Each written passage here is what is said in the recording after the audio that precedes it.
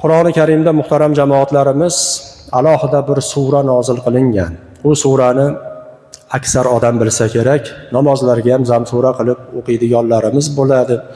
Vaylul likulli humazatil lumazah. Ya'ni mana shu oyat. Humaza va lumaza egasiga vayl bo'lsin deyapti Alloh taolo.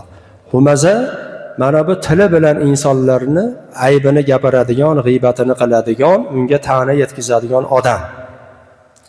Lumaza esa ko'zi bilan ishoralar qilib, bir odamni boshqa odamlarga ishoralarda qilib, uni masxara qilib, yerga uradigan, tahqirlaydigan sifati bor odamga aytilyapti. Vaylul likulli humazatil lumaza. Mana shu humaza va lumaza tili va ko'zi bilan odamlarga so'zi bilan, ishorasi bilan, masalan, qarashlari bilan tahqiri nazar qiladigan, g'iybat qiladigan, obro'sini yerga uradigan har bir kimsaga vayl bo'lsin.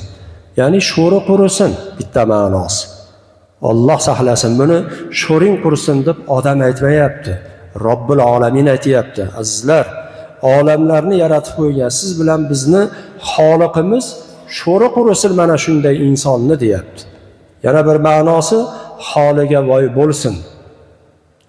Va mufassir ulamolar aytadilar, ba'zi birlari vayl jahannamdagi bir vodiylardan biridir.